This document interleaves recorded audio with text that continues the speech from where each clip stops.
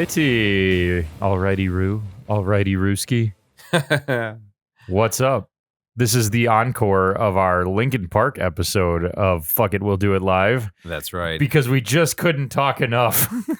There wasn't enough time to talk about all of the things. All of them. Every last thing of the things. So you want an encore?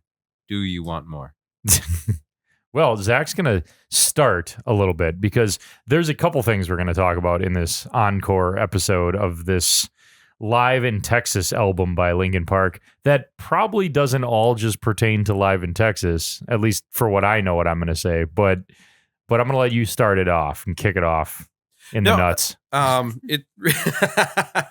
It starts off with, the last episode was about the album, among a few other things along the way, but, just along the lines of relevancy, we seem to have events of synchronicity at points, right? The Live in Texas album and wanting to cover that being one of them, and then also lining up with, I know we talked about it in a little bit more in extent on the last episode, but like, the idea that we wanted to do that and now they're coming back and now they're doing shows again. Yes. Right. And speaking of relevancy, I was trolling the Insta like one does. And Sure. They're doing some really cool stuff. I learned a lot about them. Yeah. Since we've done the last episode and how they got into some financial investments along the way too. Like when they had some downtime. Yeah, sure. They invested in things like what was that? Robinhood? Oh yes, the app. You mean, or they invested in stocks on Robinhood or the actual app? I believe, if I remember correctly, they invested in the actual app and invested in things like. And it was new at the time, but things like Shopify, where you can buy things through like a third-party service. Yeah, I know Shopify will. Yeah. So they were like diversifying their portfolio, we'll say. Yes, they were. Outside of musical relations. And so in the world of Insta today, when I was trolling, they had some videos or some reels that came up, which were confusing at first because it said, and I believe without looking at it or going back if I could, it said Guatemala Monday tamales are on us. And then there was a video of like people, I don't know where they were last, but there was a reel being recorded of people getting tamales from a like Linkin Parked out cart on the street with an umbrella. And, Sure. Like the kid was holding a Hybrid Theory like shadow box thing, which looked real cool. Okay. And then they shared the location. So apparently they're giving away free tamales on Monday. I mean, that sounds delicious right now. Doesn't it? I could really go for dinner. But yeah. But I'll take tamales. You should have had a snack. Ooh, I did kind of. I had did you? Habanero, slices of habanero cheddar on this very interesting charcuterie crisp that my wife got from like a cheese fondue night she went to with her sisters. And it was something that you wouldn't think would go well together, but damn it, it did. It sounds delicious. Yeah. So I did have something, but not quite as good as our sponsors over at Jimmy John's. Or wherever we deem delicious at that point. Let's see. There are some things I've added to the notes, and I'm gonna breeze over some of this stuff because I'm hoping I don't double dip into what we talked about in the first already in extent. I'll be your buzzer. I'll be like, nope. Actually, yeah. So here we go. I did label these. Okay, good. I did label these as such, right? So some of the things that I missed on the last episode, right? After their original video that was directed by a porn director. That's right. I remember that part. Mr. Hahn directed most of their videos from after that point. Oh, cool. He did the majority of them. Nice. Right? Is he the DJ? He is or the sampler? Yes. I guess I would call it. Yeah, like he's the Craig of Slipknot for Linkin Park. Yeah. Yeah. Or when Craig was in Slipknot. Mixmaster Fresh. Yes. And I know I touched base on some of their influence and some of their art influence as well Yeah. as made apparent in their Breaking the Habit video, anime influence in some capacity. I did learn they've got their own Gundam as well. Oh, sure. Okay. Like they've got Gundam has made a either model or action figure that is Linkin Park specific. Oh, well, yeah, I would think like, did this come out way back during Reanimation? No, it looked like it was afterwards. Okay. But I mean, not that Linkin Park doesn't have influences of that in their album art throughout. I do see some, here and there, these little like calls to like art and animation and, things like that throughout their discography, I would say. Yes, sir. So in 2001, they started the Linkin Park Underground. Sure. Yeah. Their fan club. Yeah. Right? Yeah. And it basically, without knowing it, they kind of set the grounds for things like Patreon and things of that nature, which are basically the same model that they had. Sure, yeah. With specific drops, specific to people who are members only. Yeah. That you can be a part of this community before Patreon and things of that nature existed. Okay. Which I found really cool. It's like they do these things even to this day, maybe without realizing they did those things, like created the footwork or the footings for that world. Yes. Yeah. And along with that, they also released exclusive tracks specific to that fan base who were part of the LP Underground. Yeah. And in doing so, they created Machine Shop Records, which Brad, their guitar player, used primarily for those direct to audience tracks. Nice. Yeah. Excellent. Let's see. What else do I have here? What else is in the goodie bag? These are like your little Easter eggs, your little snippets, tidbits, if you will. Kibbles and bits. Oh, right. So the other thing about the Machine Shop was that Collision Course was released on that label. Okay. Nice. Collision Course which is released on it. Its own animal of my favorites. Yeah, right? Yeah. Collision Course was released on it, as well as the band. So before I get to that part, I'm jumping ahead. But Collision Course and Fort Minor were released off of Machine Shop Records. Okay. And even a Canadian hardcore band, which nobody would expect to come from the same direction. Sure. The band No Warning. Okay. I've never heard them, but yeah. Just it noted that they were a Canadian hardcore band. I was like, well, that's kind of fucking cool. I'm interested to know what the thought process was behind that and the ability to do such, and why it didn't extend to other artists, or if like there was something like maybe they knew each other or something of that nature. Yeah. Right. So they had their own tour, Project Revolution, for 10 years. Started in 2022. The first inception of it had Linkin Park, Cypress Hill. I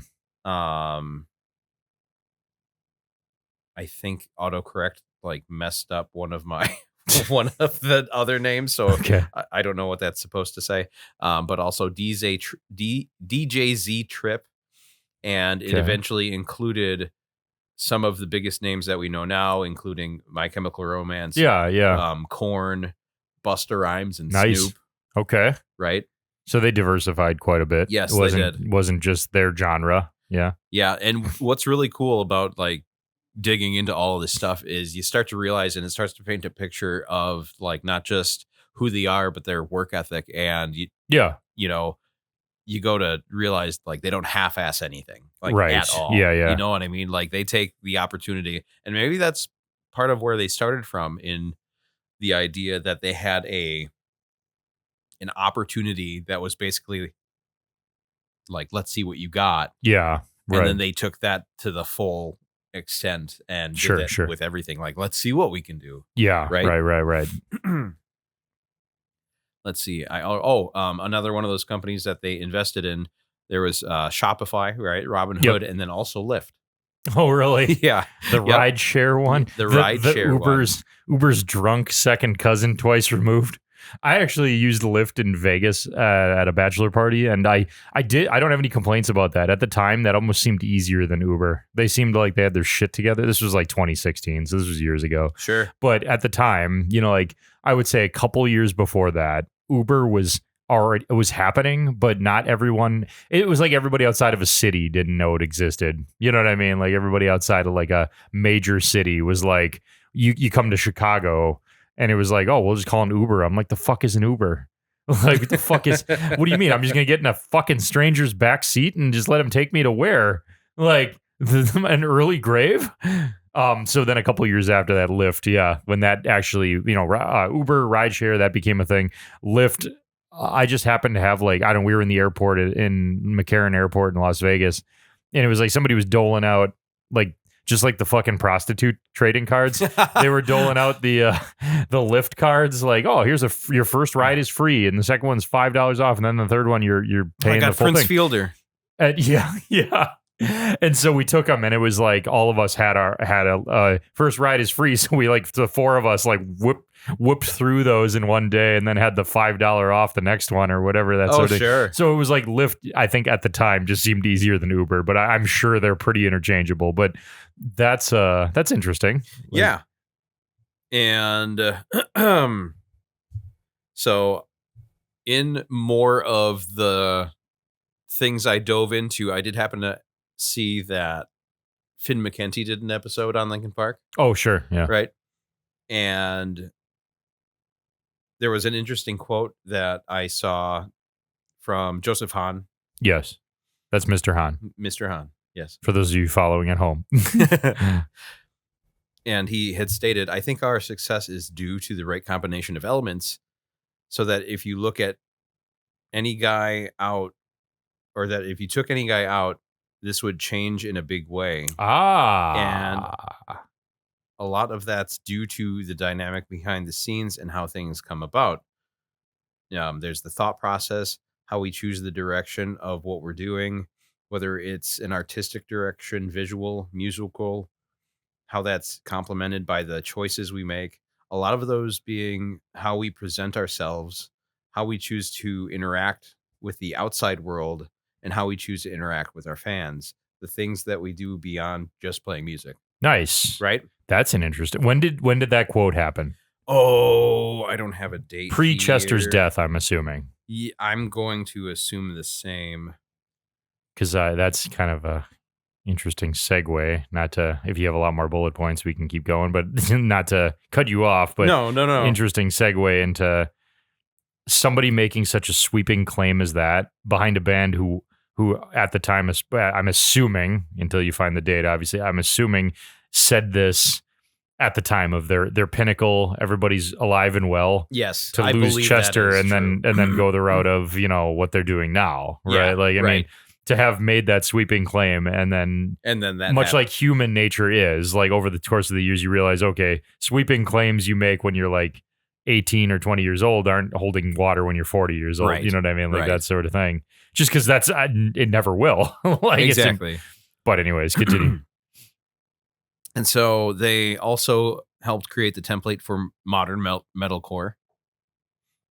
Sure, yeah. And or at least their own template of it. Yes. Because, I mean, well, actually, more on that later. It's funny because there's elements like, if we didn't have Linkin Park, there were other acts that were doing something similar, clearly not exactly the same or as well put together as Linkin Park. But for instance, there's artists like Bad Omens who have samples in the background. Yeah, right. And that's become more prominent with, I'm sure other artists were doing it as well. Yeah. Other artists walked out to intro songs before even playing any instruments, even before that point. Yes, yeah. Right? Yep. You got their intro track. Yes. Or Metallica during their, probably, I'm sure they still do it now, but Saint Anger days, God forbid I say that. It was the Ecstasy of Gold. Yes. That's the thing I'm looking for. I don't know for a fact, but I think they always walk out to that. That's what I remember it from Some Kind of Monster. That's why I connected to the Saint Anger, because when they started their tour after finishing Saint Anger, at the end of the movie, they're playing it and James Hetfield's like singing along with it, like hanging onto the rafter behind the stage, like like he's like singing it, Yeah. like yeah. non-Lex singing it, and I'm like, okay, that checks out. But they came out to it, they came out to it on S&M. Yes. So yeah. So let's see. I do remember mentioning that the album From Zero, Mike produced. You mentioned that. And their guitar player, Brad, has a replacement, but is still involved in the studio recordings. I do believe I mentioned that previously. I saw that in the music news also. Yep. You mentioned, but yeah, I did. That stood out to me more than the new singer. It was like, oh, one of the guys doesn't want to do it anymore, or like, in the full capacity or whatever. Well, what's funny about that is I think it's become more commonplace now in people in the availability of doing so. I should say Sure. that people sometimes would rather, given a certain point in time, be in the studio, record the songs, and then somebody else can go and play it live. Yeah, that's a good chunk of what I'm gonna chime in about throughout this episode. And before we get too far down that rabbit hole, that's fine. Right? We've got the example of when Dan Sugarman was diagnosed with cancer, and like there are instances where people have to fill in. Yeah, right. That's like a must. It's like he can't tour and be going under. Oh, maybe. I mean, I would say everybody wants to try, but like in his situation, Dan Sugarman's situation, the severity level of what he's dealing with and what he's capable of. Yeah, like I mean, everybody's different and everybody responds to treatment like that different. And so I think it's always good and admirable, but also good for someone like him to be like, yeah, fuck it, I'm still gonna go. But if he can or not, that's is up to nature. I don't think that's up to like if whether you make a decision or not about it, And so now we get into some of the weeds of the stuff.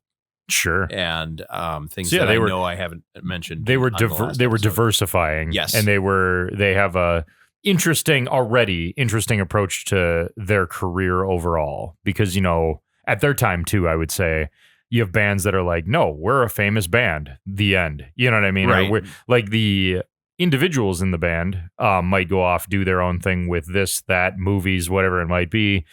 Linkin Park has like they didn't even have to break up to do that. It was like, no, we're a band, but we're gonna diversify and invest in this and invest in that. And right.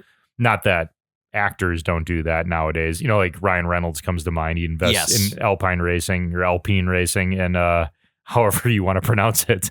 I know I can't say Alpine every time somebody says that in Formula One. Like, Alpine. I'm like, no, all I hear is peen. Like, that's it. There's peen in my ear. But like Ryan Reynolds comes to mind, like, and him and like, what is it, Mint Mobile or whatever the fuck. Mint Mobile. I think he created that. I don't think he actually invested in it. I think what was it, Aviation Gin or something? Yeah, it was. He's done a few things. Alpine racing, actually, you've got a flurry of a few people, celebrities investing. I'm fairly certain Patrick Mahomes invested in them too. Sure. Like it's like a Formula One team that's become like it's like the Raiders of Formula One that has like 7 investors from all different walks of life that are like, why the fuck do all these people own this team? Like, weird. What about it is like, what potential, what ROI other than social clout are they getting for this? Like that sort of thing. Like, yeah, that's my team. It's like, yeah, but what do they do? Like, I wouldn't be surprised if Linkin Park invested in them at this point. but so, yeah, they diversified. They were kind of approaching a career a little differently than just we're musicians and we stay in our lane, that sort of thing. Yeah. And to move on to some of the darker sides of the conversation. Yes. Right. Give it to me. It was addressed that with their new singer, Emily, during one of the videos I was watching, Mike Shinoda had stated, even though Emily has ties to Scientology and convicted rapist, which was Danny Masterson. Oh yes, right. That was more of the drama. Shinoda states like the tour isn't about erasing the past or trying to change anybody's mind. Like they're doing their thing. Yeah, and it's and they're kind of putting their foot down on it, right? What were her ties to Danny? Was she dating him at some point? No. Okay. So they have both of them, I believe, Danny and he was a Scientologist. Exactly. Also, okay, all right. I think they were both Scientologists. Sure. Which is where it stems from. Yeah. And now I go into the post she made, which was almost directly after the announcement that she was their singer. Okay. Yeah. Right? Yeah. I thought this was very well written and beautifully said. It says, "Hi, I'm Emily. I'm new to so many of you, and I wanted to clear the air about something that happened a while back. Several years ago, I was asked to support someone I considered a friend at a court appearance and went to an early hearing as an observer. Soon after, I realized I shouldn't have. I always try to see the good in people, and I misjudged him. I have never spoken with him since. Unimaginable details emerged, and he was later found guilty. Yeah. To say it as clearly as possible, I do not condone abuse or violence against women, and I empathize with the victims of these crimes." Sure. Right? And that was the whole of the entire comment. And there was a member of Mars Volta who was addressing that as well. Was it Thomas Prigden? I have no idea. Oh, I just know the drummer from he played with Mars Volta. I don't know. Excellent drummer. Look him up. Actually, never mind. I thought I was going to say, I think he might have been the guy playing with Fever 333 when you saw them. Oh. But I think that's actually Will Calhoun. I'll have to look it up. They look similar, but a member of Mars Volta had posted on Emily's socials giving her hell about showing up to support Masterson a year before the announcement. And the post had stated, "Remember how your fellow Scientology Doom Squad surrounded one of the Jane Does who was anonymous?" Yes, yeah. When she was trying to leave the elevator. And I think that strikes back to what she had stated. She doesn't condone those things. Yes. And yes, obviously other facts had come out that really not only did she rethink her friendship or quote unquote friendship with said person after the first hearing, but then it flipped her thought process on it at 180 and fuck this guy. Yeah, right. Well, the thing though nowadays is, and we know just as much given politics and all that stuff, is I think we built such a poisonous culture in the world that you don't get even a first chance. I would say we don't live in a world of second chances. I'm a fan of watching Pat McAfee's show. You know what I mean? The sports show. And they brought that up about not maybe directly you barely get a first chance, but it had to do with hating Taylor Swift, hating Patrick Mahomes, hating the Chiefs, all that stuff. It was JJ Watt was on, and he's from Wisconsin, from our town. And he had said, he's it's kind of noisy and pathetic and whatever that he's because he's people love to be contrarians. They love to, it's they're actually enjoying getting off on hating what they've been told is wrong and corrupt and whatever. But they're getting their info from similar sources that people who are contrarian to them are. And so, he's I think people just like to hate on what's cool and dig up dirt on what's cool. And Taylor Swift's the devil and she's made, blah, blah. And it's borderline humorous. There we go. Oh, yeah. It's borderline humorous. not what we just went through, but it's borderline humorous that what people believe right now. I don't think that her name's Lindsay, in Linkin Park, right? Emily, that's what it was. I don't think obviously she's not running from a past, you know what I mean? That sort of thing. Right. But now to kind of go to her, and how you said a member of Mars Volta kind of fucking plastered her on the internet. I think that's just, unfortunately, that's how we live now. Yeah. You don't get even a first chance. The first time someone finds out something about anyone in the public spotlight of, he said this, he said that on Twitter when he was 12. He did this when he was 6. He did. But right. Yeah. I don't think you get a chance. Right. I just don't think you do. And I think that you have to, I think people in the industry have to accept, not that she's not accepting it. I think you have to accept that that's what we live in. So if you've ever done anything that somebody can dig up, you got to expect it will be dug up at some point, because going back to the Pat McAfee show, what he was getting at was people don't like success. They don't hate the person. They hate success. They hate when somebody got something that they don't think, for whatever reason they'd think this, they don't think they deserve it. Yes. Yeah. So they will find all the things to tear you down along the way and basically smear campaign the shit out of you until they get enough people to hate you. You know what I mean? And that, or even if that doesn't end your career, which I think that's the immunities. I don't think that kind of whole, you don't even get one chance, depending on the severity. Big asterisk there. Right. I don't think most of this contrarian bullshit nowadays ends anybody's career. I think that it fuels like a subculture of people who hate you. Yes. But it doesn't all of a sudden make the people who like you go away. Now, what she's dealing with and what she's up against a little bit here, you know what I mean, is tough because because Scientology aside, the individual she's tied to is convicted of horrible things. So also doesn't bring a good look to Scientology, which she was a part of, as far as I'm assuming we all agree, like that's what, that she was a part of that. And yes, there was a lot of people, Ashton Kutcher, everybody, all friends with this gentleman, you know what I mean? Like back in the day that had no idea he's a piece of shit. Right.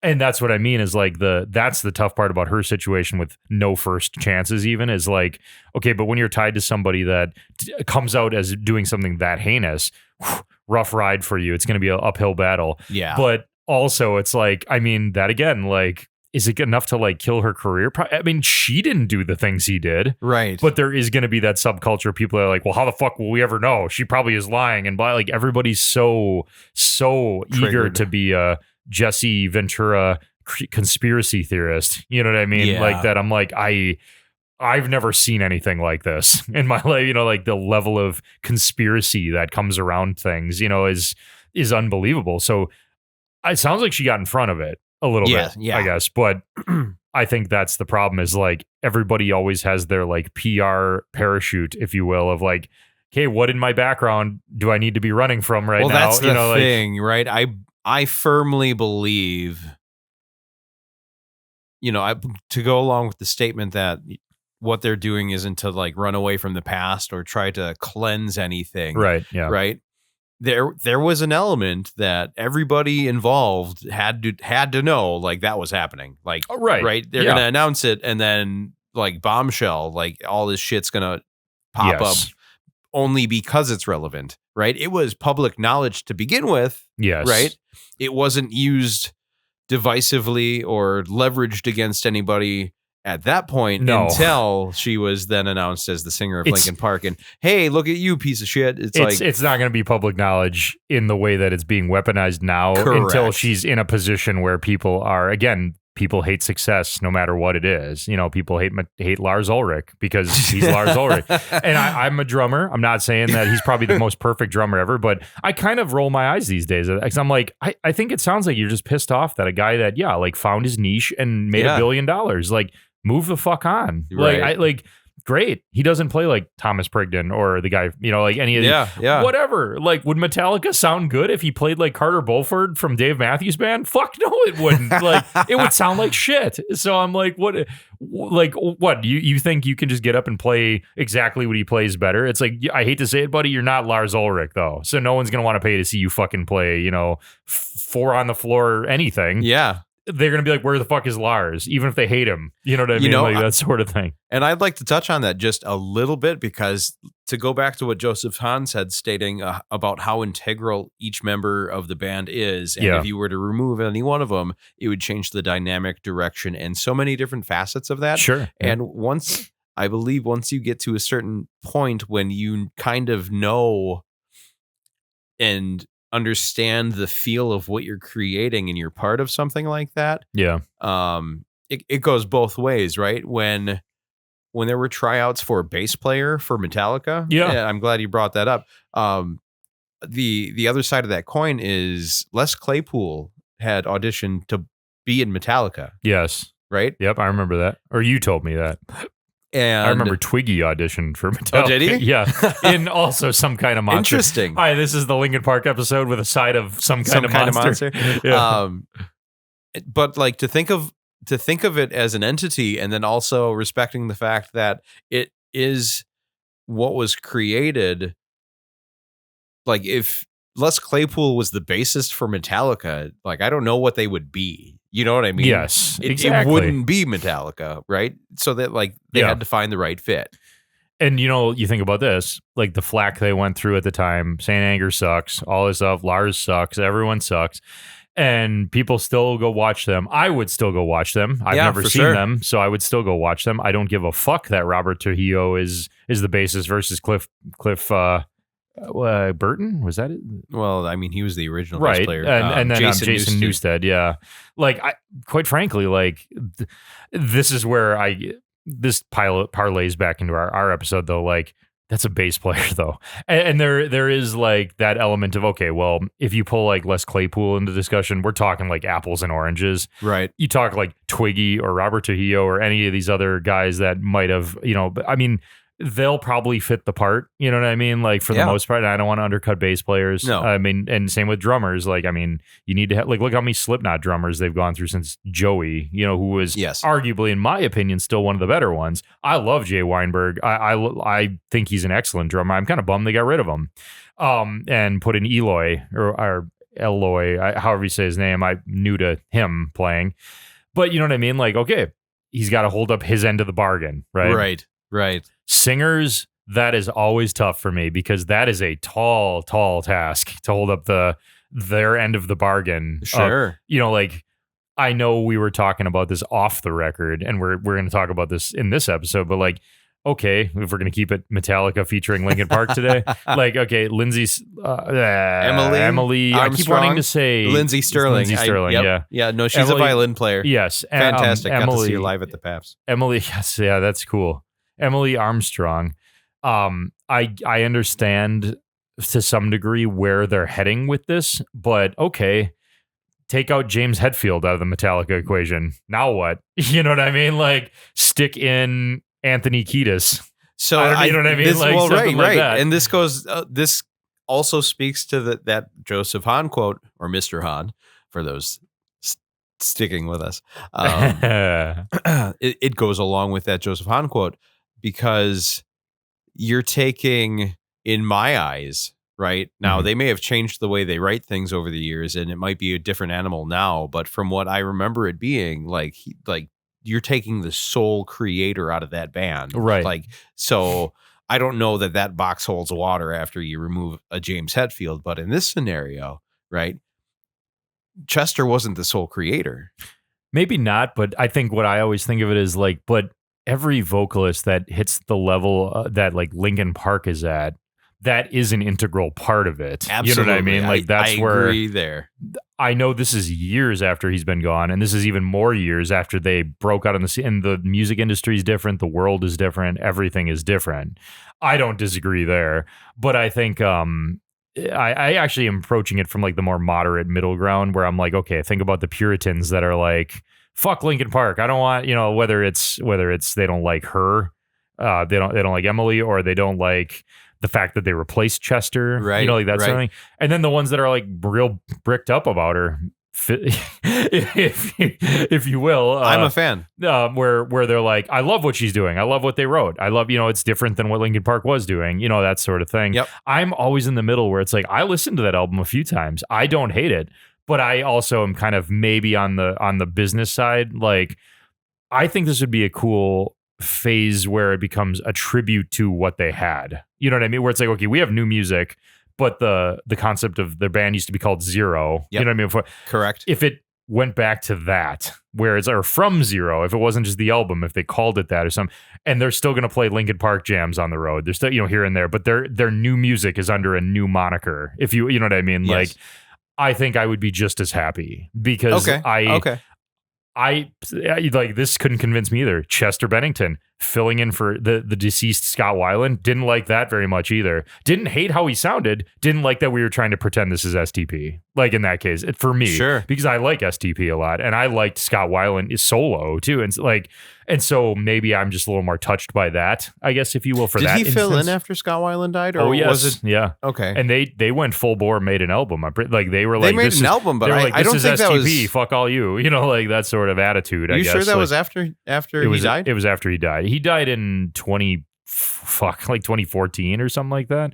And I saw them with Scott Weiland in 2010. Like that was I saw them in Milwaukee with Scott Weiland. If he did replace him before he died, I guess it must have been real close to some degree, because I don't recall it being I don't remember them kicking him out towards the end of his life, because he was still doing solo stuff. He died on his solo tour. Right. He died on a solo tour, but I'm under a different impression that I think Chester stepped in before Scott was dead. Did you find it? I'm looking for it. If it was, I'm guessing it would had to be like right at the wire there, because he OD'd, or he died, of like cardiac arrest, basically. Because I think recall. what had happened was that they replaced Scott Weiland. Chester stepped in, and then eventually Scott stepped back in after that. So, like I said, I saw them in 2010. Well, I have a DVD of the night after they were in Milwaukee. They were in Chicago, and I bought that one because I saw them the night before, and I always thought that was an amazing concert, because he was not sober and he was not doing well, but he performed very well. And it was like the band was all pissed off on stage. You could tell they were not in a good mood about him and his existence. Yeah. But he played very well. It was like the banter between the songs was dog shit. It was like he was like mumbling through whatever and saying like, this song's called, Art School Girlfriend, and it's like, Big Empty or something like that. Like he was like fucked up, but the song would start and it was like he was totally sober. And I think that was irritating the band a lot, because they looked like, what the fuck is wrong with this guy? So, did you find it at all? I am getting the answer right now. The album with Chester Bennington came out in 2013, and Scott Weiland died. It was December 2014. 15? Okay, so he was in there. But getting back on track, the point is, like, I didn't like that. I thought it was like, I mean, I get what they're trying to do, but this makes me not like it even more in that case, because I'm like, he's not even dead. Right. You know what I mean? Right. It's like, I respect that he's not well. I respect that the three other guys have an opinion. You know what I mean? And if they're all equal partners in this venture, if you will, that has brought them a life that they wanted, like that sort of thing. Yeah. But I think that I'm going to take it an interesting turn in a little bit of what I was going to talk about tonight. But there's like, this is just me putting out there, I guess, that I argue when it's a singer, it's very difficult, because even if they're not the sole creator, like you're saying about Linkin Park, you hear his voice in Linkin Park all the time. You know what I mean? Like, and this is a drastic 180. You're bringing in not only a female, but one that doesn't sound exactly like him, or, like as maybe that guttural, like on Live in Texas thing that he was doing. Like, I mean, it is a different direction, and I respect them as artists for that. But I'm like, but there is always going to be that part of me that's like, well, there ain't nothing wrong with remembering his legacy and the band as it was as something new. You know what I mean? Oh, like, absolutely. And it might be as simple as a name change for me. Like, I don't hate how she sounds at all. I think she sounds great.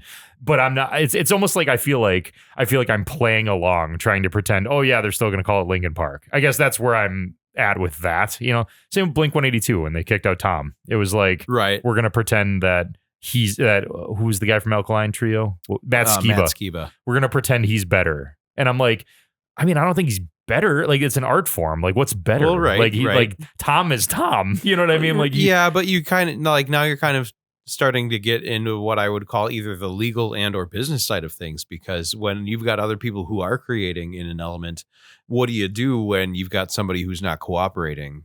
Oh, I totally, yeah. But not to go down that rabbit hole. Well, as a business owner myself, like, it's a little different in my world, because it's like I would fire them and find someone else, because that's what you do.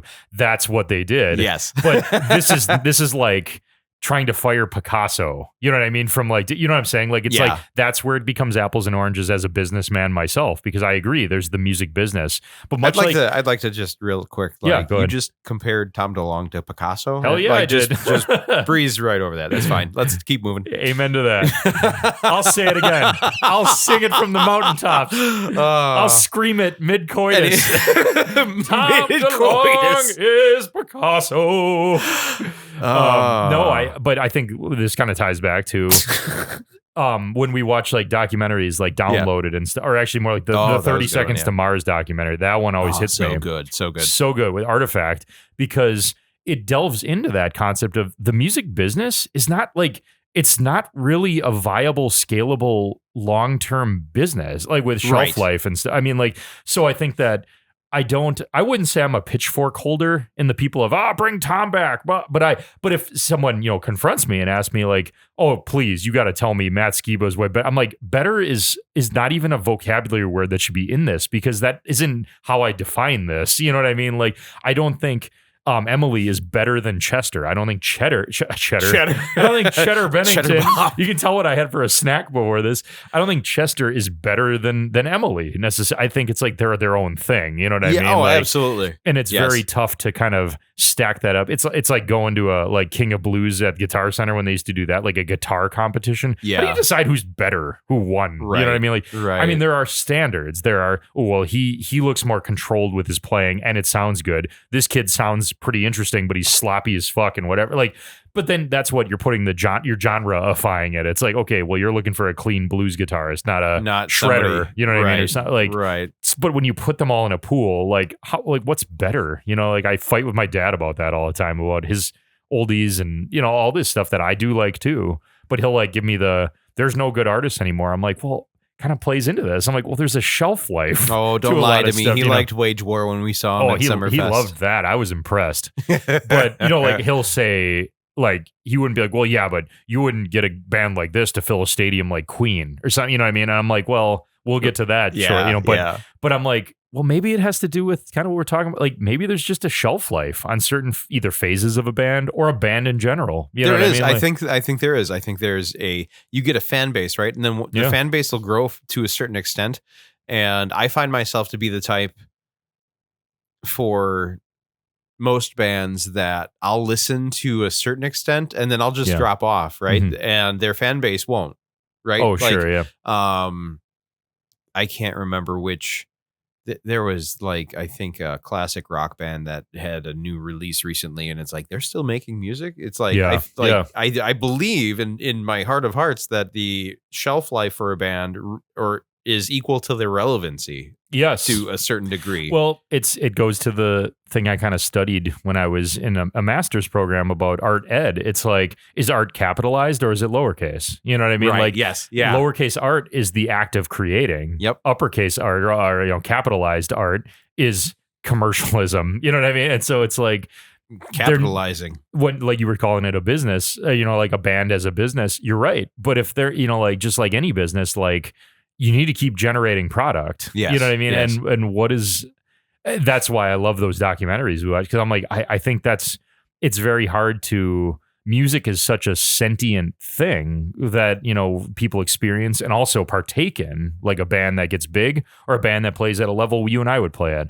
It doesn't matter. Yep. Like, it's still a sentient human thing that, like, how do you bottle that? And the answer is like, you bottle this version, which is Linkin Park, this version that's Metallica, this version's Blink-182, this version, it's like, these are all differently bottled. It categorizes itself, but then it's like, then you get the ones that follow Linkin Park. Like you say, like, okay, this one's like reminds me of young Linkin Park. Sure, sure.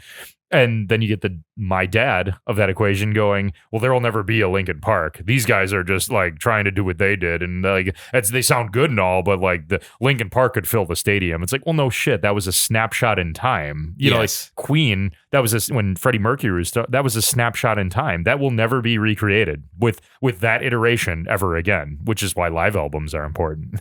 Yep. Anyhow, you probably got stuff to jump in on. So I'll get to more shortly. Well, this leads me into the Rebirth. Oh, right? yes. Yeah. So there's a great interview, which I think is like an hour long on Apple. Well, it was done by Apple Music, right? Sure. But it's on YouTube, and it was a great interview. It was fun to watch. And so the entirety of this whole thing, I don't remember if I don't think I got too far into this when we recorded the last episode. Sure. Right. I'll buzz you if I do, if you did.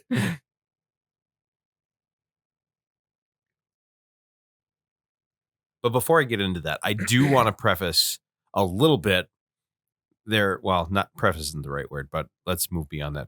Sure. There was a video I watched that featured the producer Rick Rubin. Oh, yeah. And what I found really cool about the idea of some of the things he was talking about was art and the act of creating. And he had made mention and notions towards, you might have, this really stuck with me because this has happened before, and it's probably happened to you being a creative also. Sure. And he says, the people who make it sometimes are just the people who decide to do it. And what he means by that is, like, you might have a great idea and it may not be individual to you. It might just be time for that. Yeah. Right. That's true. Multiple people have that same idea or point of origin where it might be similar to what you were thinking, but different, but that person decided to do it. Right. And I think the culture nowadays is a lot of people are constantly in that, I got to do this before everyone else does. So I think what's happening too is we're rushing shit out the door all the time. Like, let me be the first to do this and then we'll polish it. It's like, no, honestly, sometimes I believe like some things hold true for millennia about art and human sentience and art and creation is that you can be first all you want, but if somebody did it better than you, they're gonna be and better meaning not always just the created product of the art, but also like maybe they're a more likable person in the process of doing it. Maybe maybe their image is more identifiable. Maybe that's, you know what I mean? Like if you think about like a song by Post Malone, think of, I don't know, Britney Spears singing it. You know what I mean? It's like, she's got clout. People know who she is. Yeah. But if she had sung better now, like he sang, or like would it, in would her style, would it be the same? Like, probably not. Right. I can't. None of us can sit here and without a doubt say, no, I would have sucked. Because there's many podcasters out there who would. I will never make those sweeping claims. I don't know. She probably would. Taylor Swift could write it, and maybe it'd be a miracle song. Whatever, like that sort of thing. But exactly, like sometimes it's. I don't like when people make it sound like it's got to be the perfect timing and perfect everything. So I'm like, well, I don't know. It's all we have is time until we don't have it anymore. So like, exactly. I don't think, I mean, I think what they connect that to when people say that phrase, like maybe, it's the perfect timing for this song or that's, or like maybe it was just that. I'm like, I think what they're connecting it to is eras. Like, oh, the 80s, like people were really into hair metal. So Metallica did their own version of it and got really big. And I'm like, or Motley Crue did like the more like New York Dolls style and got, I'm like, yeah, maybe. But I'm like that, like, I don't know how many no-name 80s metal bands were out there that never went anywhere that probably tried to do exactly what Motley Crue did. Maybe it was their presentation of it. Maybe they didn't have enough money to do it. Maybe, like it's just there's limitations to everything. And sometimes that's the universe just telling you you're not the one for this, but that doesn't mean that you can't do anything else with your life. You know what I mean? Yes, like, right. Or anything else with music, even for that matter. It's just, you need to find what you're good at and hammer down on it. Like you said, like they said, do it. Like you just, it's a matter of executing with what you're good at, but yeah. And the reason I bring that up is because the inception of this rebirth of Linkin Park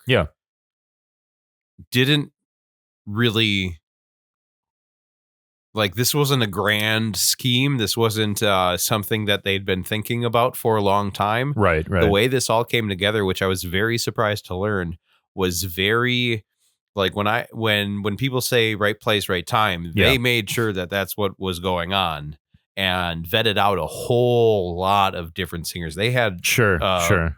like I wouldn't say revolving door of singers because that's not what they were doing initially. But Mr. Hahn and Mike sat down for lunch one day and they were entertaining an idea, and it was almost as if Mike was reluctant to even ask the question, but he was like, if we could do it again, like, would you? And sure. Yeah. Like not like what it was before, but like even if we were just playing shitty clubs and like without missing a beat, Han was like, yeah, like, sure. Yeah. Absolutely. Right. And so the joy was still there. The joy was still there, and they were getting together and they were starting to jam just for the sake of creating and jamming again. This wasn't Linkin Park. There wasn't a name on it. Yeah. It was just people in a room doing some shit, which was really cool. Yeah. Yeah. And from my understanding, they tried out a lot of different people. In fact, there's a few influencers on the musical side or the music side of things that I had seen. They had a chance to actually like do some shit with Linkin Park. Sure. And got to like, I think they covered a couple of their songs and had to keep it like under the radar until a certain point. Yeah. Right.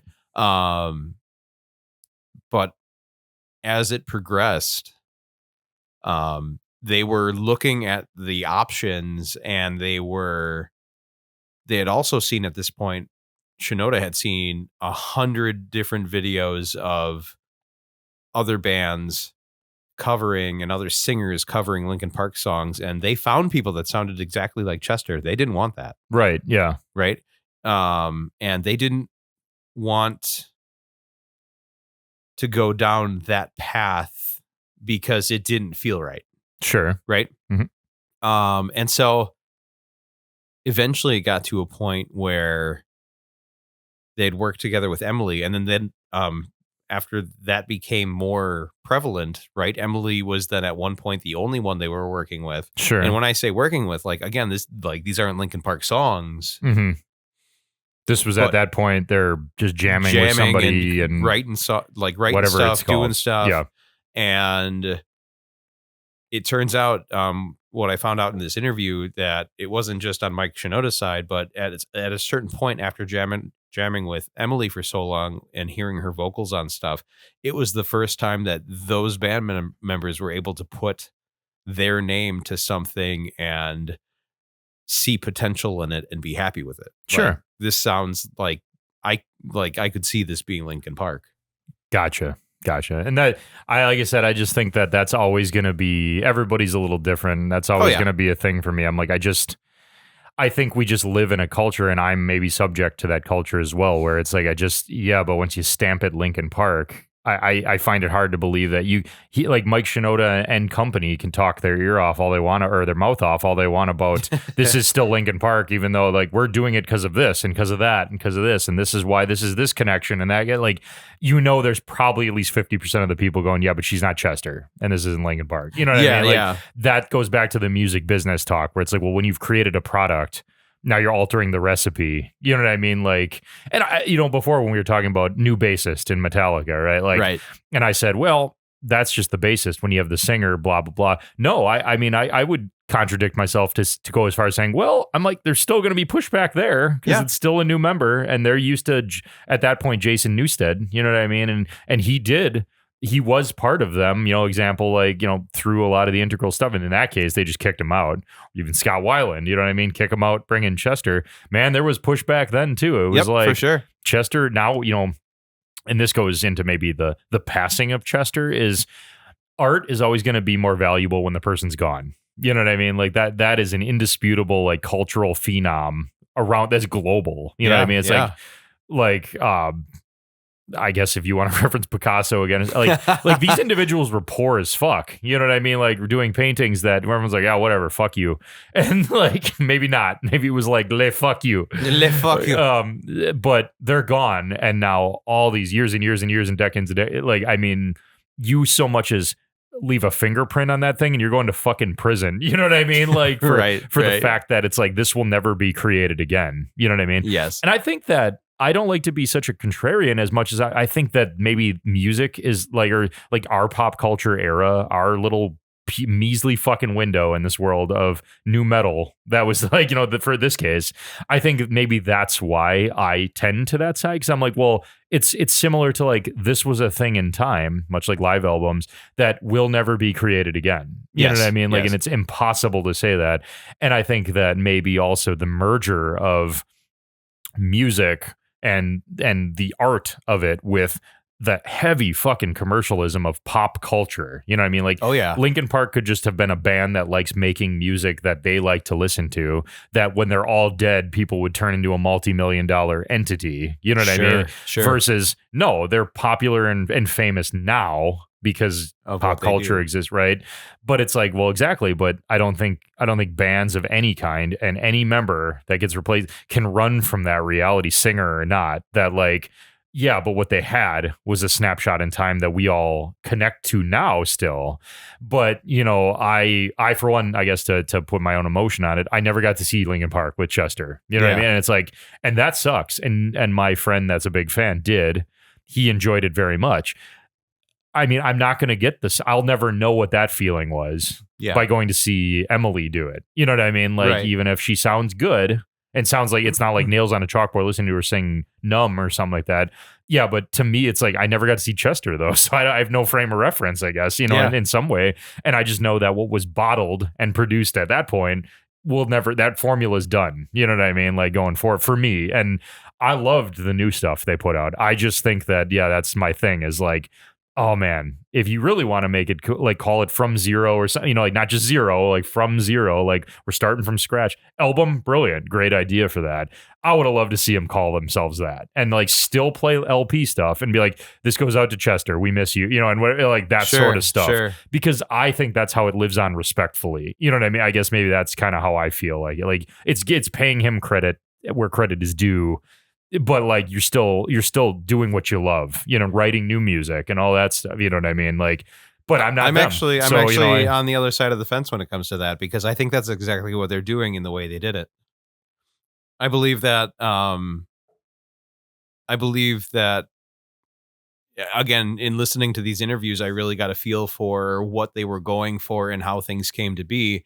And I think that calling the album From Zero and continuing to call it Linkin Park is the best they could do for Chester, right? And I think, I don't know the guy personally, and there is that. Like he's gone, so no one would know, I guess, necessarily other than Linkin Park's remnants, if he would have been okay with this if he was still alive. You know what I mean? Like that sort of thing. I like to believe that he would. Right. And I'd like to believe that everybody in the band agrees upon that thought. Sure. Otherwise, they probably would have changed the name, considering all of the core things that they've set up until this point. Sure. We're centric with his vocals and all that stuff. Yep. Yeah. And I believe that, kind of from the other side of the fence here, when they decided to call it From Zero, I think that was a great homage to the fact that that's what they were called previously. Mm-hmm. But that's also, in my opinion, a shout out to their core that they discovered with Chester and how they were, right? Because in the interview, I think I referenced in the last episode, Mike had stated that they've got their fans that only like the first two albums. They got their fans that only like the middle albums. Right.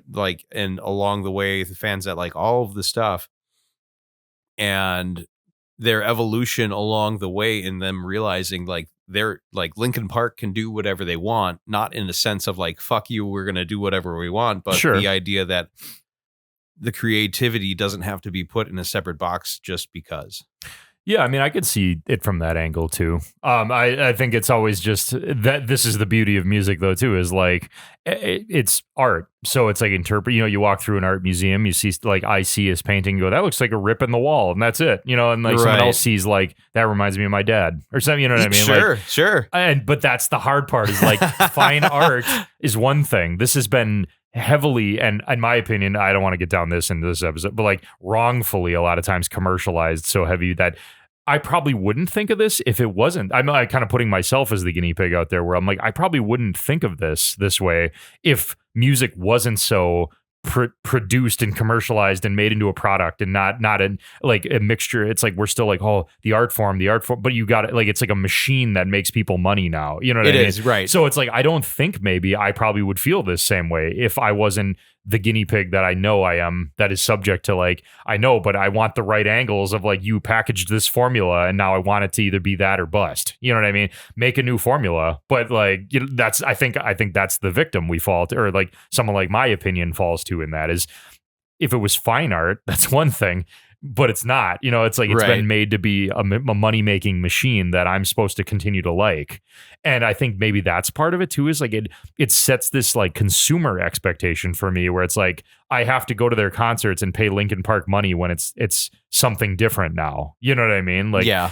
And I agree with you. Like I see what, like on that side of thing, what was it Mike Shinoda had said like early on, like our fans that'll only like this album and like I see what they're saying, but it's like, it's almost like, you know, you guys are a well-known band from the 2000s that we grew up on. And I'm like, no matter how big you are, though, you can't fight how the industry has become, you know what I mean? Oh, like, yeah. That's more what I mean is like, you can kind of, I don't want to say preach, I don't want to say that they can preach intent all they want, but how it's going to be received doesn't, like, they have no control over that. No matter how much. It's like the Taylor Swift effect nowadays. That woman is going out there and playing music, and I don't personally listen to her a lot at all, really. But I don't hate her as a person like some people do, right? You know, and I'm like, but she can't. She's a billionaire, and she can't control that. There's still going to be people that think she's a devil worshiper or something, sure. like whatever. Sure. And it's like that's the problem with being like a public figure in the arts. Where it's like if you find this kind of in your time success as opposed to like the starving artist that dies and then their descendants get rich, which will be a good segue to my part, this next part. But you know, like as opposed to that, it's like you're like at the mercy of that though, where it's like I don't know how you battle that with. I mean, you can say all you want, but like if people are still parading around going "fuck you, Taylor Swift," like. I mean, what are you going to do? Like handcuff them and force them to understand that this is your intention with this music? You know, like I think it's tough, you know, like it's, and a label is responsible for that too. A lot of times where they put you out there, like buy this shit. Right. Because we say so. Because we say so. At least when Linkin Park was coming up, you know what I mean? Like nowadays, I'm not in the music industry in that capacity. I know fuck all about that other than what I might read or what you might read and tell me about, you know, that sort of thing. But that's the tough part. You know, it's like they packaged this thing and said, you will fucking like this. And then when it's like they forgot there's humans involved. Yeah. That they die and they lose their voice. Like Mudvayne blows out his vocal cords or what, you know, I'm like, it's like they work them like workhorses to a point where it's like, yeah, but when the product is expired, like then they throw you in the trash and it's like, welcome to greatest hits era, buddy. You know, like that's it. Correct. Like, and that must be tough. Like, yeah. I mean, really, and the challenge they went through, probably thinking we want to continue as Linkin Park. I respect them for that because that must be tough to decide that. You know, like, let's continue on. I bet you it was tough to even admit we're going to continue on as Linkin Park.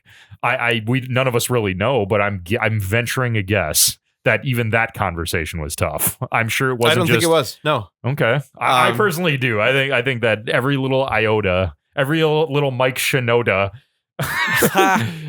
Was probably diagnosed, but I know fuck all. I think I think you're right. I think they did go through it with a fine tooth comb, but so like here's some things. Or there's more things that were in the that interview, but before I get to that, it's really interesting. I think that when it comes to certain things and music related or not, when it comes to something that you're that triggered about, like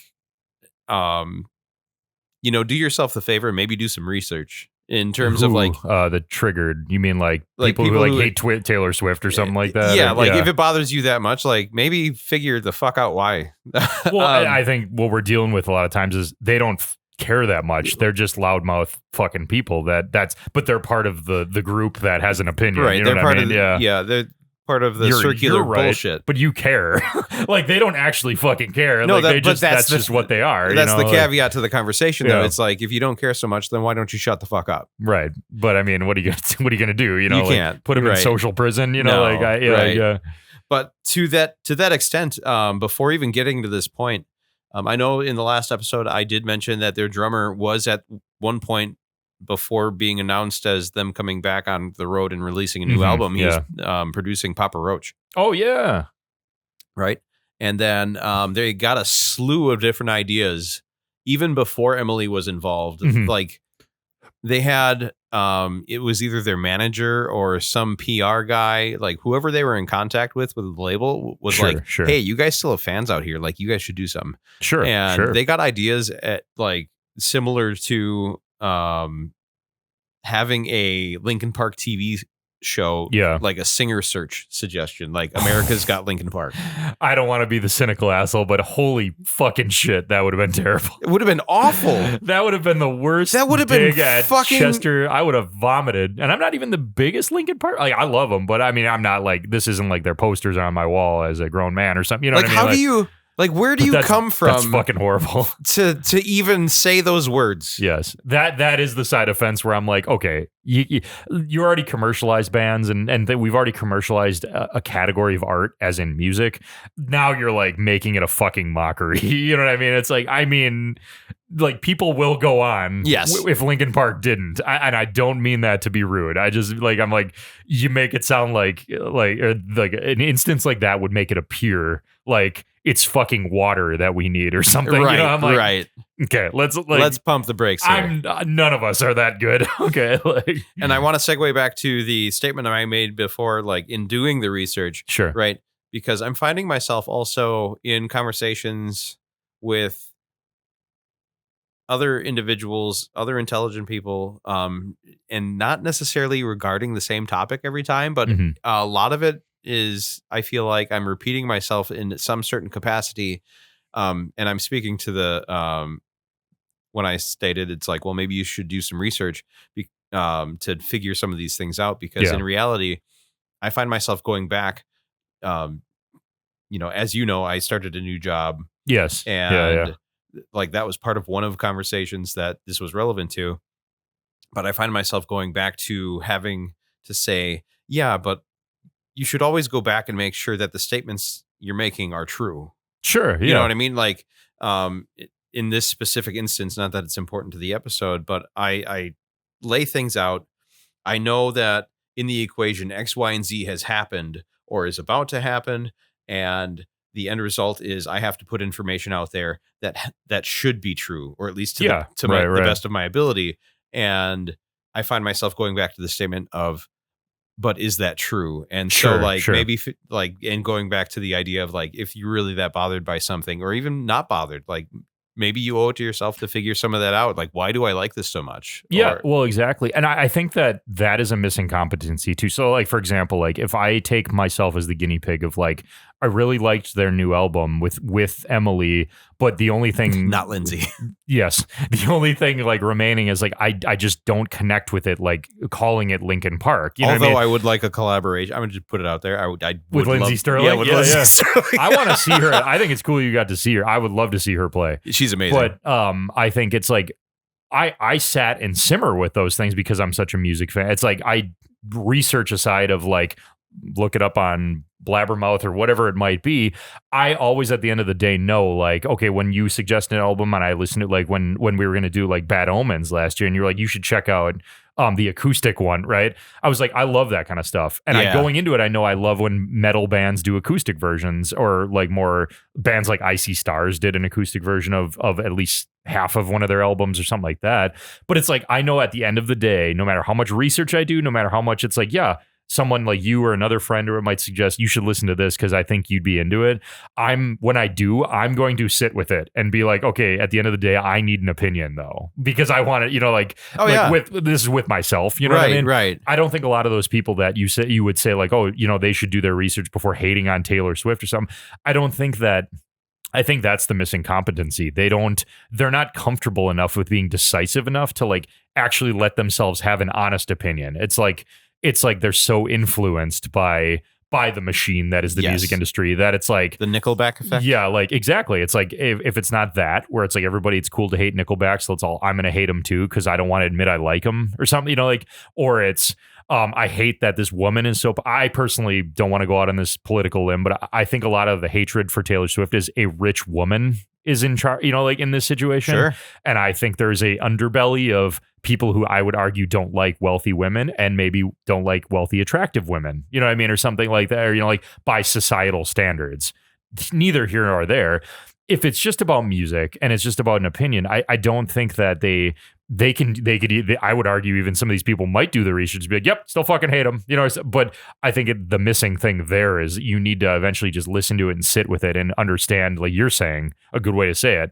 You said understand why you like it or why you don't like. I don't think anybody has that depth perception nowadays because we've cut out so much art out of school and music out of school and things that allow us to respect other humans as for whatever they are, if it's commercial art or if it's just fine art.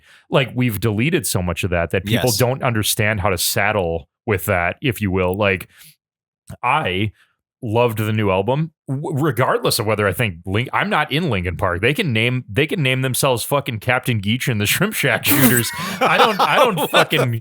You never saw that thing you do, did you?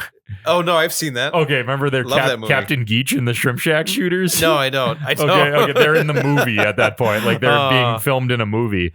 And that's the band. That's what they're called in the movie. It's real brief, but he's like the guitarist. I forget the actor's name, but his name's Lenny in the movie. You know, he big in the 90s.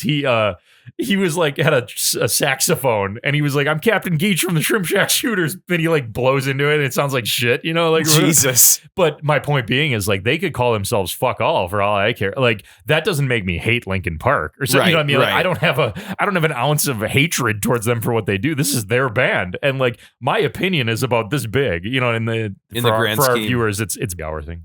But anyways, it means fuck all to me in the great scheme. But at least I understand with myself why my opinion is that, and I think more people need to do that. Or like you like what they did, like total, you know what I mean? You understand why. I don't think a lot of people really kind of rectify where like, saddle with themselves why they like or don't like things. You know what I mean? Like, and I think that's a not good thing. I think that's the problem.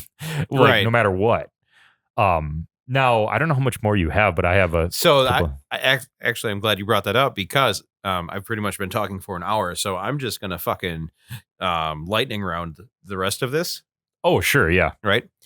And we'll get to the fucking heart of this thing. So the rebirth. So I call it a rebirth. Sure, right. Sure, yeah. Love that term. The rebirth was organic, right?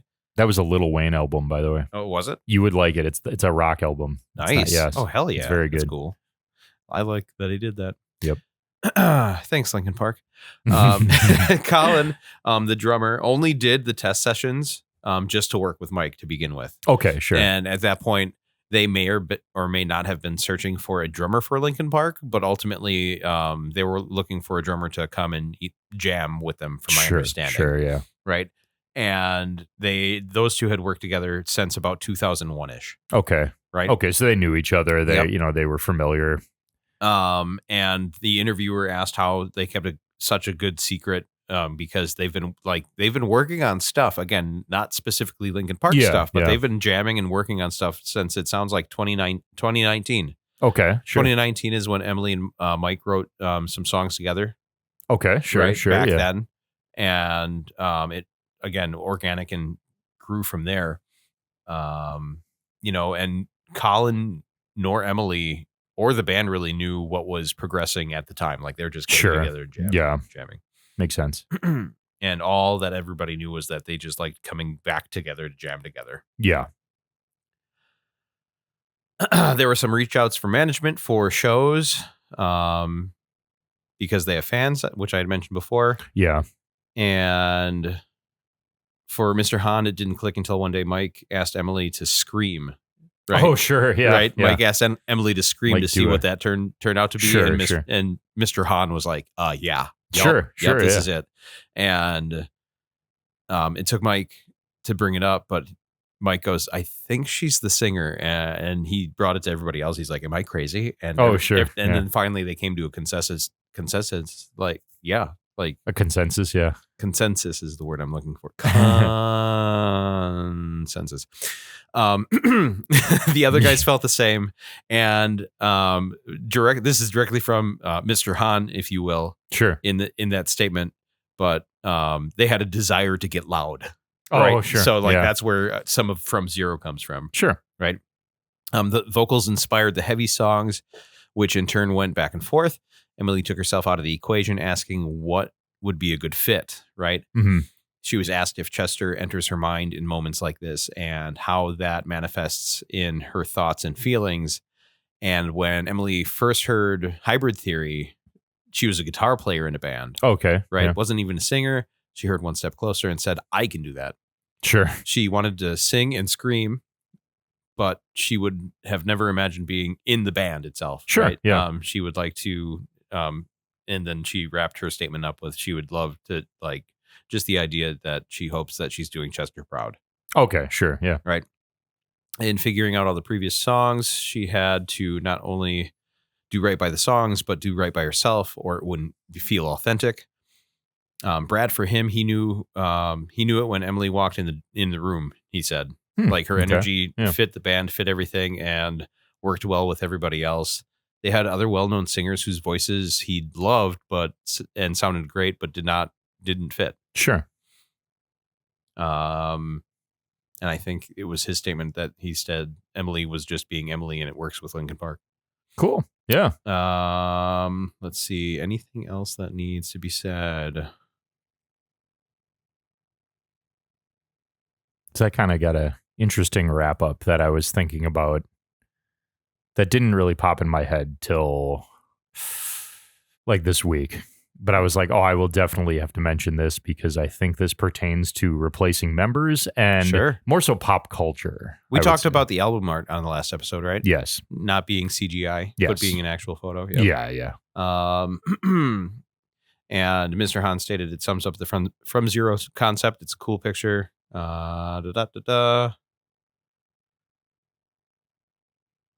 Oh, and throughout the entire video, which I encourage everybody to watch, yourself included, if you haven't seen it yet. But, I will find the time at some point. if you find time, I highly suggest watching the tribute live show versus this. Oh, yeah. That was so good. But Dave really summed up the whole thing to fans really well, in my opinion. He had stated, like, all in all, at the end of the day, we believe in this and we love it and we hope you do too. Sure. Yeah. And then I watched a bunch of teens react to Linkin Park, and I got to watch Mike Shinoda's reaction to that. The teens, back in 2017. Is that like old people react to Slipknot? Yeah, kind of. Yeah, like a bunch of teens. There was one kid throughout the entire video that kept tracking. He's like, "Oh yeah, this is Linkin Park. This is good stuff." And he's like, "Oh, this is what they're doing now. This is pretty sweet." And let's see right here. 3 of the guys were on the fence about. Oh, this goes back to the New Divide for the Transformers. Okay. I may not have mentioned this in the last episode. I don't remember, but 3 of the guys were on the fence about writing a song for Transformers. Okay. Yeah. But they did it because they loved the toys growing up. Oh, nice. This was like Linkin Park. You mean 3 of the guys? Yeah. Okay. I thought you meant the teens watching it. I'm like, no. Okay. No, the guys in Linkin Park, right? Gotcha. And like they also loved Gundams, obviously. Yeah. Which are not the same, but similar. Sure. Retrospect. So makes sense. That is all I've got now that I've been rambling for an hour and 20 minutes ish. That's all right. Well, no, we got good shit for the encore. So I don't know that this is gonna be. I don't want to go down this necessarily for hours, but this more so pertains to replacing members. Doesn't have to be a singer, like that sort of thing, and pop culture in general. And that concept we have talked about in the past of pop culture was, in our parents' generation, a pretty new thing because of limited ability to access anything really underground, different, what have you, without going to something to watch it. You know what I mean? That sort of world. Right. Now we live in a world where pop culture is like a chugging machine, like we've been kind of talking about, of business. But when we talk shelf life of a band and what dictates when the band is done, if anything, because, and what this reminded me of was the likes of, I went and saw the Bob Dylan movie. Oh, yeah. And I also, this would have been last year at some point, I think, Bruce Springsteen, I think, selling his music catalog to whatever, Disney, let's say. Really? My wife and I, something. I don't know if it was that, but he sold his music catalog. My wife and I were actually talking about it because she was intrigued by all that. When we went and saw the Bob Dylan movie, she was asking, do you think he still owns all his music? He's getting up there, blah, blah, blah, like that sort of thing, because he doesn't tour a lot or something like that. Interesting thought, yeah. We watch a lot of football and we compare it, and not like maybe like diehard fans, but we compare it to, okay, they talk a lot in that sport about next man up mentality, which is, hey, you got this perfect lineup that's leading you to the playoffs, and then everybody gets hurt. You know what I mean? It's like, well, you got to like put in your second string, and they better be as good as your first string. Otherwise you're fucked. You know what I mean? That sort of thing. A team like the Green Bay Packers or the Detroit Lions or whoever, pick your flavor. The Ravens. The Ravens, they're an entity, and years and years will go by where so Joe Flacco was their quarterback at some point. No one in 20 years is going to give a fuck that historians, the kids that are diehard Ravens fans, will give a fuck he was quarterback, just like we know Brett Favre was. But our generation is like, well, we know Bart Starr was a quarterback, but we don't relate to him like our parents do, or our grandparents for that matter, or what have you. Leather helmets. Exactly. Leather condom helmets. So pop culture, nobody thought that through back in the day, because Elvis is Elvis. He dies, he's dead. You know what I mean? Like that sort of thing. Taylor Swift, these solo singers, let's say for a moment, she is a world-renowned everything nowadays. But when she is older, when she's old and moldy, when she's older and probably, like our generation, her music, refined. the music, the creation of this stuff, just like Linkin Park's Live in Texas, just like live albums that are captured in that moment that a lot of people attended while it was being recorded, and will not be re-replicated identically, just like a football team not replicating the Brett Favre era, necessarily, even though people chase that a lot. That feel of like, he'll never be Favre, he'll never be Rodgers, he'll never be Jordan Love, or whatever, right? A band like Slipknot is the one I always take, like, okay, and maybe this is low-hanging fruit because they wear masks, right? And they have kids that are coming up, like, okay, the thought is, for touring purposes, will the kids take over? Because we can't do it forever. Right. So like what happens? You know what I mean? And like the what happens, I'm going to put money on it right now and say yes, because it hasn't been done before out in terms of a professional act in a band setting. Like, do bands, not to jump to like your point, but like, well, I'll just let you get to it. Do bands become Cirque du Soleil, Blue Man Group? The music of who started this continues on with, it doesn't always have to be their kids. Their kids are the next of kin. You know what I mean? That would own the entity. Yes. But those kids might not, like, look at like Julian Lennon and shit. Like, do you ever hear like John Lennon's son doing Beatles songs? I mean, he might, but I mean, I'm talking on a world stage where you go watch Julian Lennon play John Lennon songs, and stuff like that. Like, because that's his son. John Bonham's son played in Led Zeppelin's little reunitings here and there, right? That sort of thing.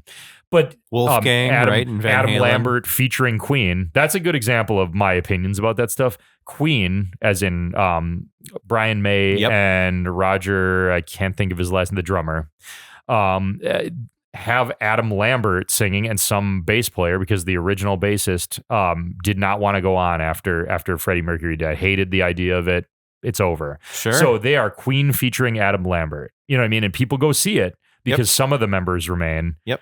They're not Queen, you know what I mean? Like that sort of thing, but it is a Queen concert of music. But when the Sublime featuring Rome. Sublime featuring Rome, exactly. But when these bands start being, okay, none of the members exist anymore. You know what I mean? Or they just can't, don't want to. Their kids now own the intellectual property. But I find this part interesting of the Bruce Springsteen concept. He didn't sell it to his family per se. It's like he sold it. He sold this shit to like someone else. Like, it's kind of, in my opinion, a little selfish, where I'm like, I'm not saying the kids deserve his success because they were just accidentally born of Bruce Springsteen.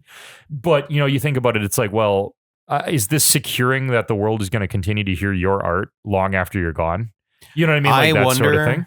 Yeah, but also because people don't buy albums anymore. So how does it generate the money? You know what I mean? Like an entity like Disney, do they need? That's what my wife was asking. Do they need to own it to keep it because they have the money to buy it and to keep it going at the level to like introduce kids that are my nephew's age right now to Bruce Springsteen one day?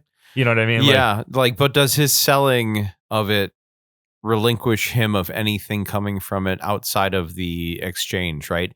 So whatever he like, he doesn't make money anymore off of it now? So I'm willing to go as far as saying that they're considering the catalog, and then also you said that he sold it to Disney. I don't know that you'd have to double check, but I believe I'd have to look. But if it's a big company, if it's a big company like Disney that he sold his catalog to, you're damn well better to believe that like there's a contract somewhere involved, right? 100%. So that to some capacity, I get the statement that it's selfish, but I'd be curious to know what the contract looks like, and if there are sublines in there that state that family gets XYZ. Right. From a business standpoint, I will say I don't want to speak for the music business as a business, but I will say I would be hard pressed to find a company that when somebody sells the company and they take the pay, like it's over. You're not getting a salary from that company because you owned it at one point. You know what I mean? Like that's a flat exchange. So yes, like you have contract aside. I have exactly yes, because it was $1 billion something is what it was. You know, like that sort of thing. So I'm like, ain't nobody paying anybody on this planet $1 billion and then saying, oh yeah, and by the way, we'll give you 100 million every month because you were just you. Right. You know, like right. I agree. I think there is definitely a contract, obviously, especially with a company business buying entity that was started by individual who the entity is centered around, like Prince or something. That example of somebody who passed away. Where does his estate go? Did it just, I mean, it's just like a trust. You know what I mean? Like, the image and likeness of Prince is in a trust, an irrevocable trust, probably, if you will, that he can, at some age, you hit that. I don't want to get all finance guru on anybody because I'm not a finance guru, not a finance bro. But there are certain trusts where you get them at a certain age because you're not going to actually touch it because no one can sue you for it. No one can, but you don't own it anymore. The trust, the entity owns it. You know what I mean? That sort of thing. I would venture to guess some of these older pop culture icons probably have irrevocable trust, like with some of these things, or irrevocable trust, because no one's going to lose anything. But who is the benefactor of that? You know what I mean? Like that sort of thing. Now, bringing it all back to like the weird fucking comparison I made to the NFL, we're in a different time now. Bruce Springsteen selling his music, I see the value in that. Who right now sees the value in Wage War selling their catalog? You know what I mean? Like, this is like someone buying a Picasso, to reference my boy Picasso, like, or whatever. You know what I mean? Did you know he was alive until the 70s? Oh yeah, yeah. Like I find that interesting. I find that crazy. Yeah, he was driving around listening to Black Sabbath, probably. Like, yeah. Fuck you. Yeah, and I think of that is amazing to me. You know, like a pop culture concept on that topic, but. Point being, the world, not necessarily the value, but the world is different now. These aren't recordings on like, we have master tapes that are digital. You know what I mean? And stuff like that. The concept of proprietary is different nowadays. Bands make money touring relentlessly. They don't make money on record sales, even when they're known, even when they're up in even the Bad Omens. You know what I mean? Like now, is that going to change? Possibly. Maybe I think it has. Vinyl has come back, obviously in full force. But my point being, we haven't reached pop culture is like a linear thing that doesn't really have now it's going to totally cycle back to like the fucking like Smokey Robinson days or something. You know what I mean? Like, it's like, no, it's going to keep going on a trajectory. Right. You know what I mean? My Jinko jeans. Yeah, right. It might like styles and what have you might cycle back, but it's not going to become what it used to be. So how does one go on, like, when it's like, okay, people like Linkin Park, all to wrap this up in a nice thing, an individual died, so it's like that is done, he is gone, you know what I mean? So like, So this is like next man up, or women in this case, mentality. Like, okay, we're going to put someone new in. But like like my dad would argue, we went and saw Leonard Skinner years ago, and it was like, there's one member left. Like, when is it like you're seeing a tribute band of Leonard Skinner, and that someone my dad's age bothers him because he's like, well, this isn't Leonard Skinner. This is like a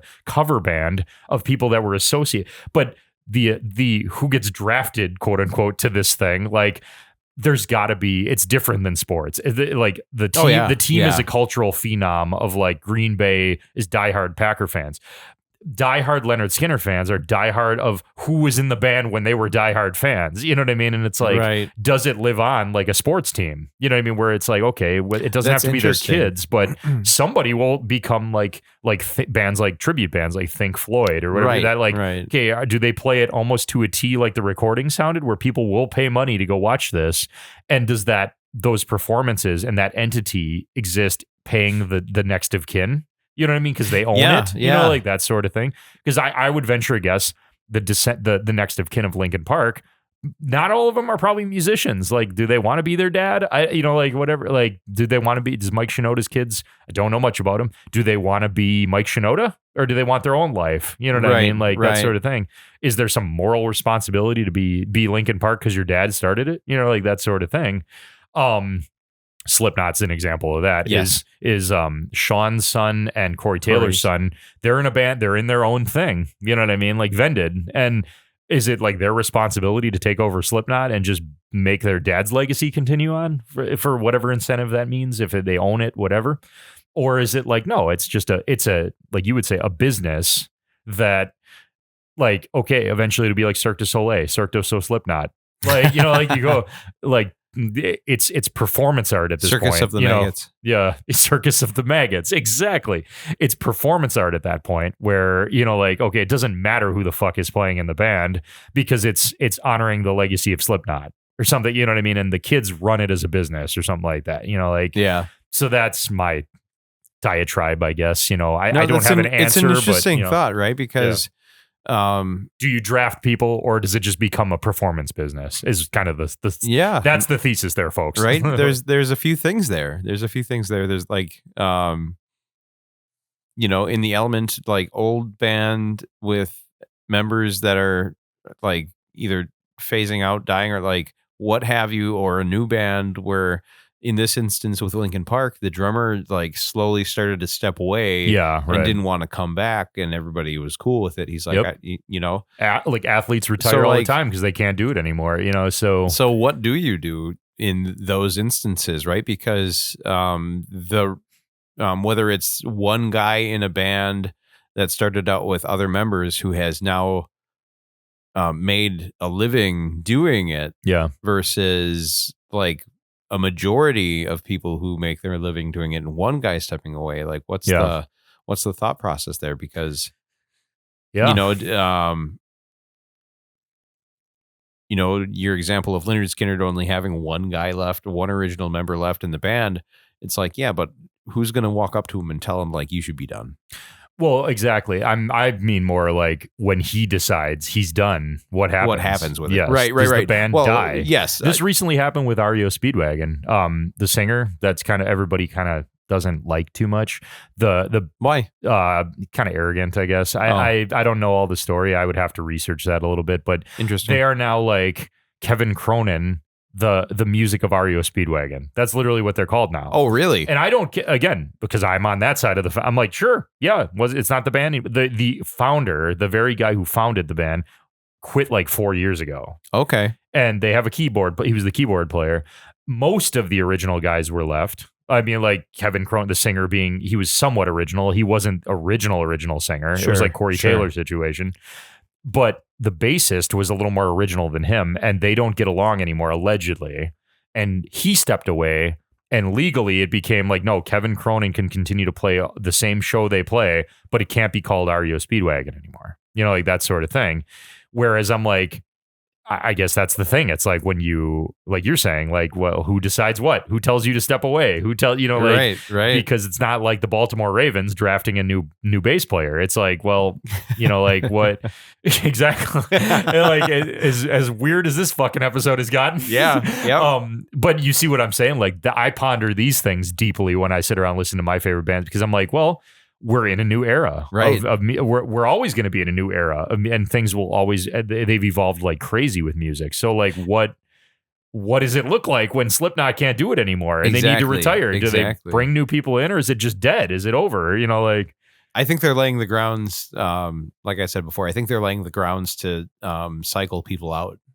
Sure. And eventually, I think it would be honestly, I believe that'd be really cool and kind of a once in a lifetime thing to, in a band setting, like turn it over to their kids and have them take the reins and continue down that path. Sure. Now, if that becomes a model similar to Circus of the Maggots or what have you, yes, you know, that would remain to be seen. That's what it's going to be called, by the way.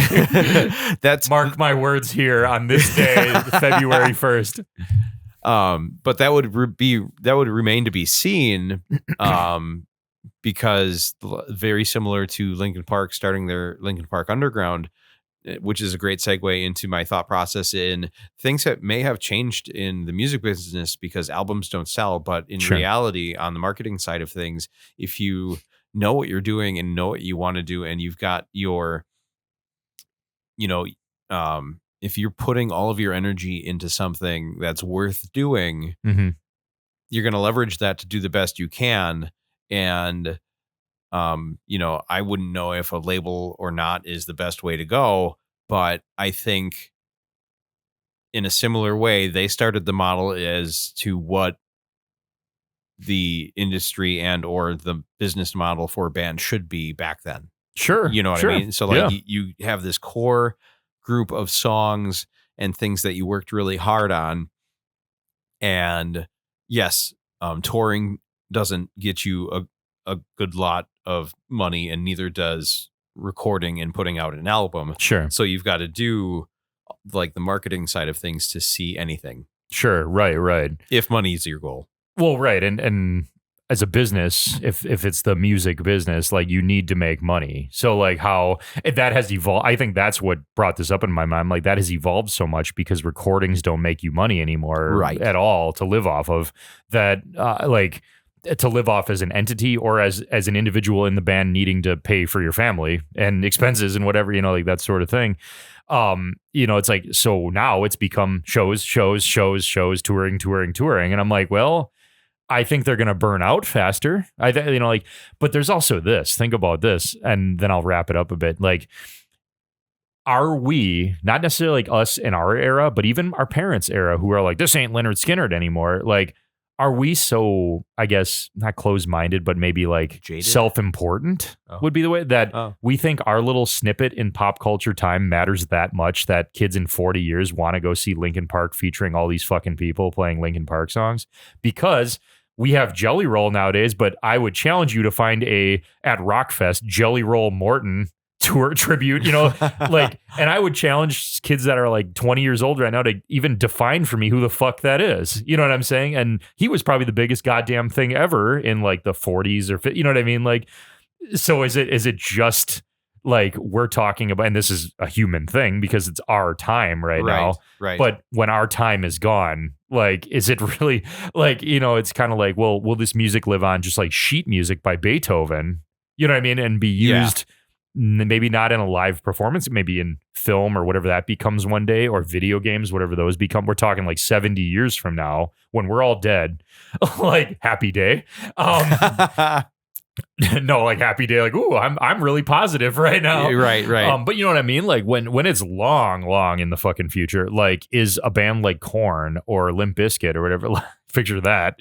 Like, is it just gonna live? Is the selling the music catalog gonna live on just like who's the next of kin of Beethoven right now? You know what I mean? Like who owns that right now? You know what I mean? Like who owns Beethoven's music? Well, is it owned by anybody, or is it now did times change so much? Domain. Exactly. Like all of a sudden one day in 150 years, will some kid be like, "Hey, check out this riff I got." Doom doom doom doom doom doom doom doom. And they'll be like, "I fucking thought of that." Right? You know, like 100 years from now. You know, I'm talking like we can't even fathom who the fuck will be living at that point. Sure. I wonder that, you know, like because how, going back to the music business and industry of itself, like how fucking unbelievably like mechanical it is now to like, you know, churn out a song, that person's forgotten, churn out a song, that person's forgotten, churn out, you know, like because people don't buy music. It feels Spotify has made it our right to just pay a fee and listen to everything in the world. You know what I mean? Like,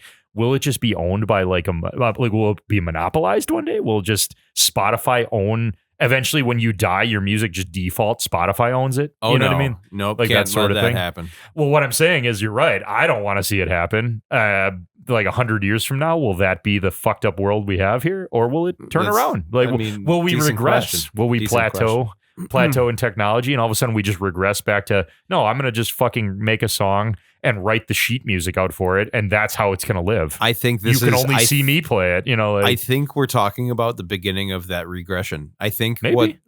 You know, if you continue down a path, I think a lot of the over sensationalization of produced music and how fucked all the bands are getting from Spotify streams and things of that nature. You know, just like any supply and demand effect of a business and or art or chain or like whatever. Yeah. What we're seeing is everything, for the most part, is produced and over focused on the digital side of things. Mm-hmm. And that's going to then breathe life into, hey, I'm going to go over into my basement on my analog 4-track recorder and write an album that's just stripped down guitar, bass, drums, vocals, and nobody's going to get, like, I'm going to hand this off to my friends and make copies for them. Yeah. And, you know, if nothing happens with it, well, fuck you anyway. Like, I don't care. Yes. But also, like, this is what I like to do, and this is what I'm doing. Well, it's like musical instruments, and the act of playing music as a hobby will never die because it's a human thing. Just like if it's like that AI argument, like if a machine is sentient, I would argue it would be the day that we're gone. You know what I mean? Because as humans, because like it's sentience is something that you can't automate. You know what I mean? Like because it doesn't have intent. It doesn't want to make the painting. You're telling it to make the painting. You know what I mean? Like that sort of thing. Go ahead. I was going to say the singularity. The singularity, yes. I like, for example, my new client being a music manufacturer or like a what have you of instruments, like that is always like almost more passionate to me than being in a band always, and playing drums has always been more important to me than being in a band because it's like this pure act of something that brings me joy. Like, right. It doesn't have to be documented. It's just me doing it. You know what I mean? And playing to songs I like, or playing to songs that haven't been popular in 30 years, or play, like that sort of thing. But yeah, I think that there will always be creation. Think about this, being a musician yourself in bands. How many songs do you think you've been a part of with bands that never got recorded and just exist in the ethos now? Like, I had a problem with that in my first band. I would, because nobody will know how to write that song, but you never recorded it, so like it never existed on paper. Like, all right, listen, I'm gonna. Oh man, you have. I got Zach mad. This isn't a funny this podcast whole anymore. Fucking thing on its head. Listen, AJ, I'm talking to you, you son of a bitch. Like, if you would have just recorded some of the shit when we said to record because your shit was good and it. Ah, man, dude. Zach's having one of those, like the dog in Vietnam flashback memes. He's like, there's fucking choppers around. No. So in my first band, not to get away from the episode. No, it's okay. I'm pretty much done. So yeah. In Fuel Pump Terror, right? They had a lot of members, had a lot of good stuff. And retrospectively and looking back, I was kind of an asshole. I admit that. We all were. Don't worry. And I apologize for that, guys. But there was some things that both Rob and AJ would do, and Charlie and I, the drummer, would just kind of like, dude, we need to record this. Like, this is so good. Like, we like what you're doing and what's going on here. Let's lay this down. And he's like, oh, we'll just do it next time. And like a week later, like, he's like, yeah, I forgot. Oh, no. Motherfucker. And that happened so frequently and so often. Yeah. I eventually bought a 8-track, that Tascam that I had here for forever. Yeah. Right. And funny enough, I recorded one of our live shows through it. Nice. I don't know if it ever got recorded or what the quality actually worked. Yeah. What the quality was, because we got rushed off stage. Yeah. And like, not being shitty about it by any means, but like Charlie was helping out and unplugging shit, and I didn't get a chance to save it. Oh yeah, that's gone probably. Yeah. But anyway, man, like, just so much stuff out there that is out in the ether that never got recorded, that jam sessions and this is a good end to this, because two things. Go watch the movie Artifact if you never have a 30 Seconds to Mars. I don't give a fuck if you don't like Jared Leto and Shannon because there is one little scene when he's in a house I believe they're on a trip in Mexico somewhere, and he's at a piano and he's upset because EMI is still like doubling down on suing him and suing 30 Seconds to Mars, all that stuff. And they are forbidding him to release the documentary because he played a song in it that they own, quote unquote. And he's sitting at this piano. He's like, you're going to fucking tell me that right here. He's like, he like does like a little scale on the piano. He's like, EMI apparently owns that. Apparently, he's like, you can't buy notes or whatever. He's like, you can't license notes. Like, he's like, this is something we all do. We play, and he played the little riff again, right? But he was so triggered about. He's like, you can't own everything. So that always kind of goes to that music business argument. But to kind of sum it all back up, the things that escape into the ethos. This is why live albums matter. Because when you record a jam session that you didn't do in the studio on your live album or something like that, that will, however this stuff gets saved and documented and archived in the future, just like fine art or anything, that will never happen again. So record it. That is your fucking capital as a band. You record an album and someone can fucking listen to it a billion times. Sure, you record live album after live album on your whole goddamn tour. That's like 50 new albums because they're not the same goddamn thing every time. That's all I'm saying. Nothing escapes into the ethos if you make a live album. Correct. So, and boom! There you have it. And so, brother, there you have it, brother. Dude. Oh yeah. That was the first time I ever peaked. Right. Oh, fucker clipped. And if you're of the creative type, and in the first season, I was real big on referencing other podcasts, other places to learn. Yes. Fucking be curious, not bi curious. Or bi curious. Do whatever you want. Do whatever the fuck you want. Just don't give my heart out to you. Right. Okay. Yeah. And you didn't see the hand motion, so I didn't do it. I'm 23 and I can do whatever the fuck I want. If you're interested in this kind of stuff, explore options, right? There's plenty of apps out there that if you're not musically inclined, you can learn from that are free. Yeah. There's an AI app that is free that will allow you to create with AI up to 5 songs a day, or like in a 24-hour period. Yeah. That you will have a hand in making. It's possible. Like, you can do shit and learn from things. it. Don't just make it and say, I made this with AI. Like, no, like diagnose it after you make it. Right. Make it. And what did I like about this? How could I play this on guitar? Or how could I play this on xylophone? I don't give a fuck. But like, learn from it. Like, learn how to make it your own. Learn how to communicate. If AI and the technology behind that is how people are going to generate music, learn how to do it with all of your being. Not, I'll just push start and let it auto generate and put it out there and see if I can make $1 million off of just fucking around. Right. Put some energy into the fucking around. Like, fuck around and find out with that technology. See what happens. Like, make it your own. Like, it'll go farther, I'm sure. Yeah. Like, yeah. I made a pop punk song about Chuck Norris jokes.